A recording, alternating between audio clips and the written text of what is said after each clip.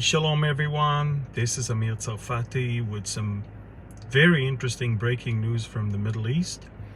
I'm gonna wait for just a few minutes so people can join, and I'll tell you about the failed attempt to assassinate the Iraqi Prime Minister. Mustafa al-Kadhimi was basically the target yesterday of 3 suicide drones, 2 a.m. in fact, in the middle of the night, Israel time. I'll tell you more when some more people will join us. I see quite a few people joining us from other places than America. We're talking about the Middle East, Asia, Australia, New Zealand. They're all awake.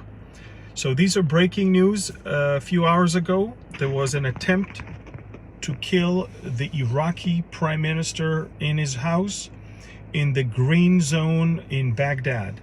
The Green Zone is a territory about 4 square miles where the Iraqi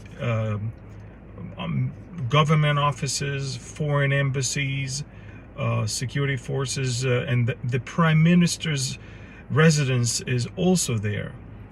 Yesterday at 2 a.m., 3 suicide drones were sent to his residences.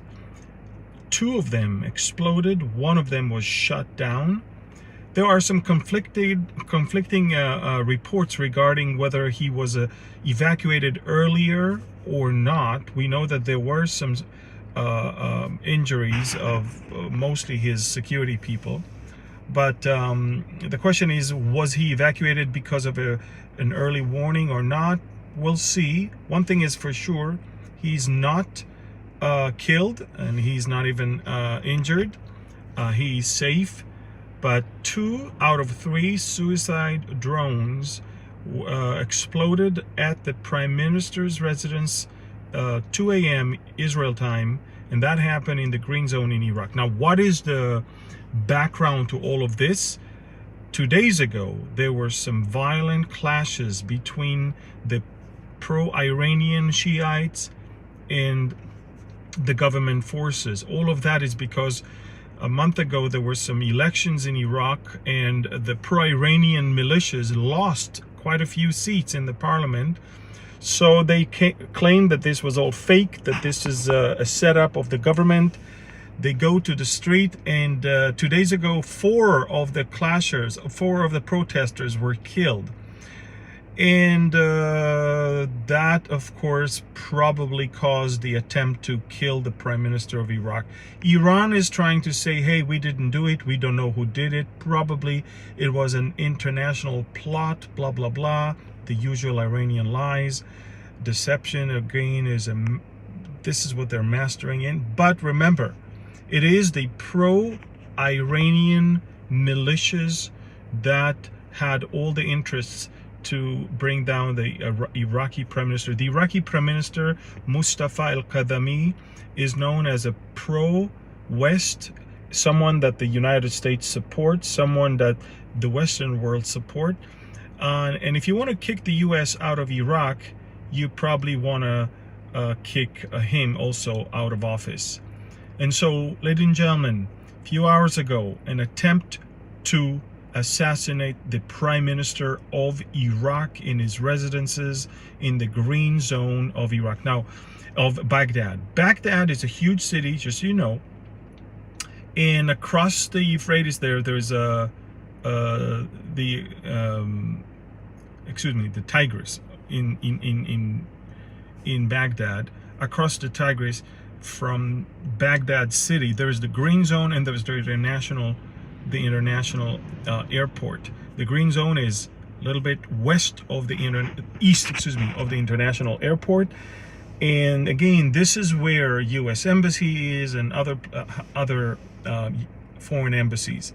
The question is, how come the U.S. embassy CRAM laser system that's supposed to shoot down any flying object flying towards this area, how come it didn't work? That's one thing. Another thing is, how come 2 suicide drones made it and exploded, and who shot down the third, and how come they knew in advance, if indeed he was evacuated shortly before, how come they knew in advance, and yet these 3 suicide drones made it through the green zone? There's a lot of questions, but one thing is for sure, there's not a dull moment in the Middle East, and this time it's Iraq. Remember, everybody is expecting the US to pull out of Iraq by the end of the year. The Americans starts sounding some different sounds in the last few weeks, saying that there might be a delay in the final pullout. There's a lot of stuff going on, but I can tell you one thing, folks, keep your eyes open. Iran is desperate to get America out, but also Iran is racing towards having enough enriched uranium for its first nuclear bomb. And so anything you can do to divert the attention from Iran, problems in Yemen, problems in Syria, problems in Iraq, problems in Lebanon, it's a blessed thing for the Iranians, because they can quietly do what they need to do, and they promise we'll get back to the table of nuclear talks in Vienna on November 29th, which means leave us alone. We've got 3 more weeks to work on enriching uraniums in sites that are not inspected, without cameras, without any international guarantee that they're not doing what they're not supposed to do. So, ladies and gentlemen, a lot is going on in the Middle East. I'll keep you posted more, but right now I need to go to my back treatment. And again, there'll be a Middle East update from the border with Syria this coming Thursday.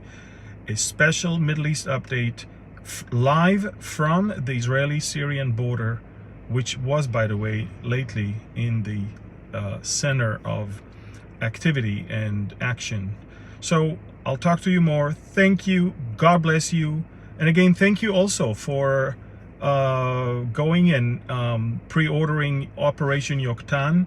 It is exactly, I can't tell you what it's all about, but some of what I just talked about right now, this is what it's all about. Iraqi militias supported by Iran, drones. I mean, every piece of the fiction part of that book is actually coming to pass. So it's quite amazing. And so if you haven't done so, pre-order that on Amazon, Operation Yoktan. We are very close to enter into the New York Times bestseller list. We need a few more to be pre-sold, and then we'll get their attention. All right, thank you. God bless you, and shalom from Galilee, Israel.